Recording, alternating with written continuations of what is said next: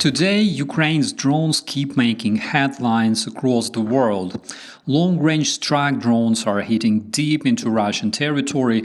FPV kamikaze drones are dominating tactical battles, and massive bomber drones like the Baba Yaga are turning the tide on the tactical level. Ukraine has become a recognized leader in modern drone warfare, not only using them to de-Russify the invaders on its own territory, but also exporting them internationally. But just 3 years ago, none of this existed. Everything started with a single drone that became legendary, the Turkish-made Bayraktar TB2. Dear friends, welcome to the Weapons of War, and today we will talk about this legendary drone. The Bayraktar TB2, developed by the Turkish company Baykar, performed its first takeoff in June 2009. 2 years later, by December 2011, the joint venture Kale-Baykar acquired a contract with the Turkish defense. What do we know about this drone? The TB2 is a medium-range and long-endurance UAV that was designed for surveillance and reconnaissance missions. It has an impressive service ceiling of 22,000 feet or about 6.7 kilometers and an operational altitude of 16,000 feet or almost 5 kilometers. With an endurance of over 20 hours, it can travel at speeds ranging from 70 to 120 knots or up to 220 kilometers per hour. The maximum takeoff weight is approximately 700 kilograms and a payload of 150 kilograms. This allows Bayraktar to carry 4 laser-guided smart munitions that can be either bombs or missiles or both. In June 2022, Azerbaijan announced its decision to purchase those drones from Turkey. And during 2020, the Nagorno-Karabakh war, these drones were used against the Armenian forces with absolutely notable success.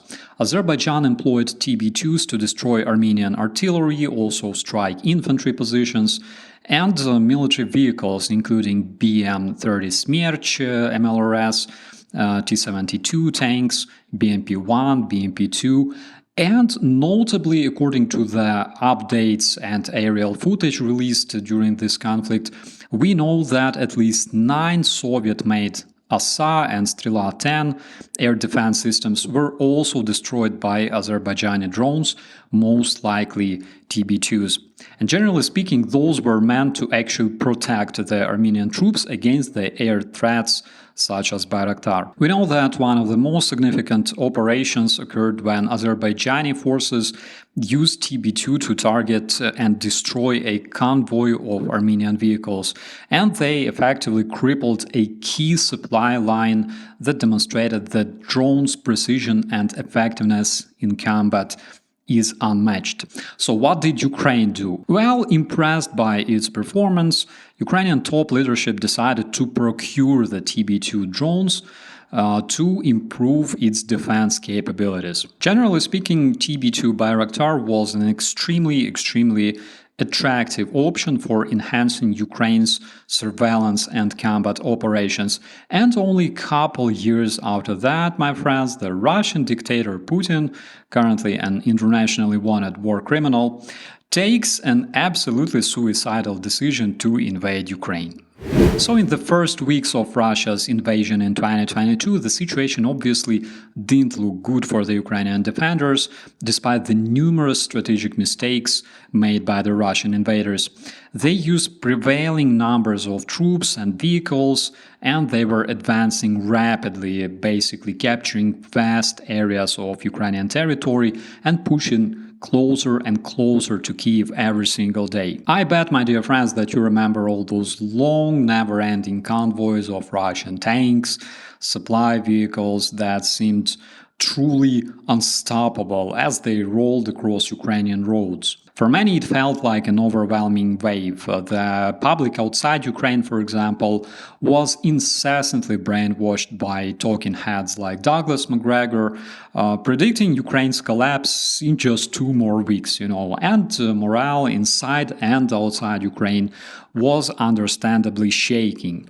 Just to note, Russia generally hates Western military, however, Douglas McGregor remains the most quoted American commentator on the Russian TV for obvious reasons. But then something changed, my friends. On February 27, 2022, Ukraine's military deployed the Bayraktar TB2 drone against the Russian forces for the very first time. The target was a Russian Buk surface-to-air missile system northwest of Kiev.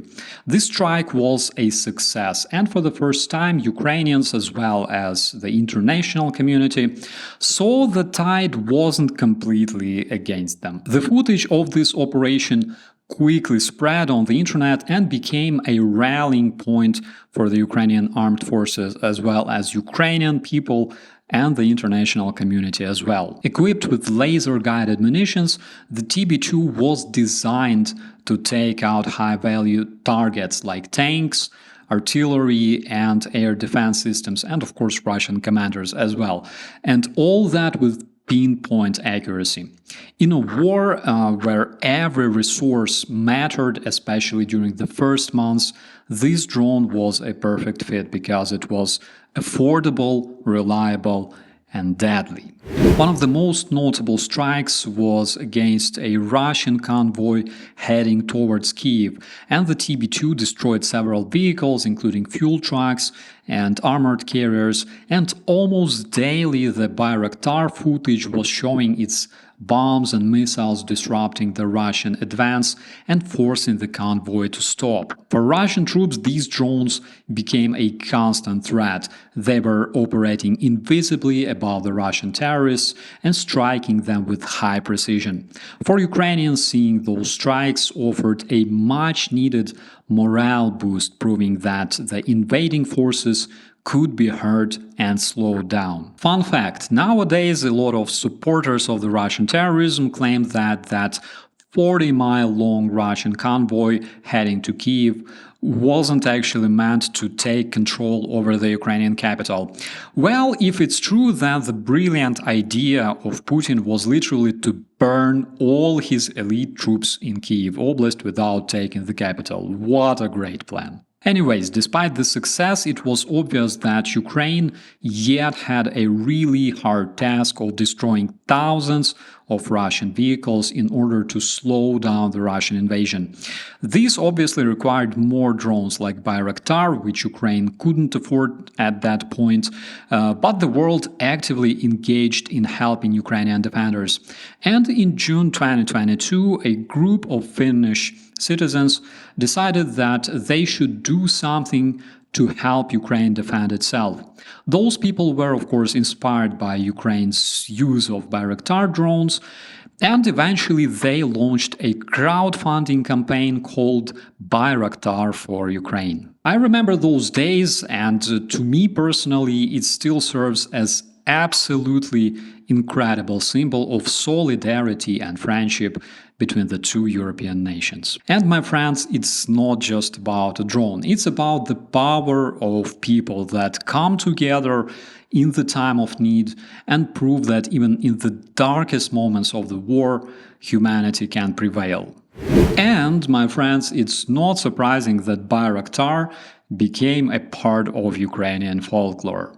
Bayraktar, Bayraktar.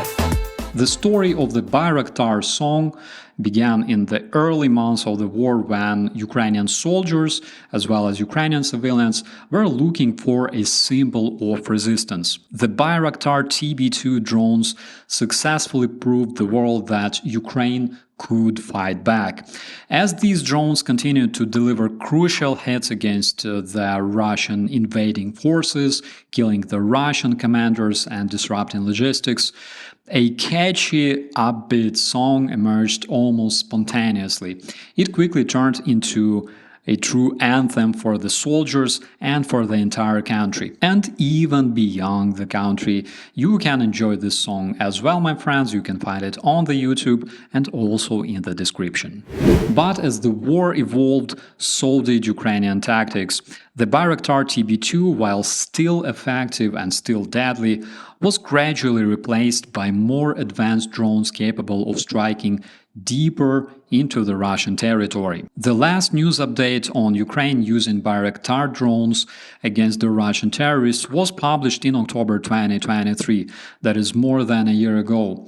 It was highlighted that while these drones were instrumental in Ukraine's early military successes, their effectiveness had diminished due to the enhanced Russian air defenses. However, we know that the drones are still operational, according to the reports from the Ukrainian Military Intelligence Directorate, and they are primarily used to conduct reconnaissance missions. And while there were no more major updates or dramatic footage involving Bayraktar, its legacy still lives on. The war had shifted itself, and Ukraine is now using long-range drones, and many of them are domestically produced, to strike Russian targets far behind enemy lines. But despite this shift, Bayraktar remains a symbol in Ukrainian culture, becoming a legend in the very first days of the war, when the Western world wasn't truly sure if Ukraine could hold its ground. The Bayraktar may no longer roam above the front lines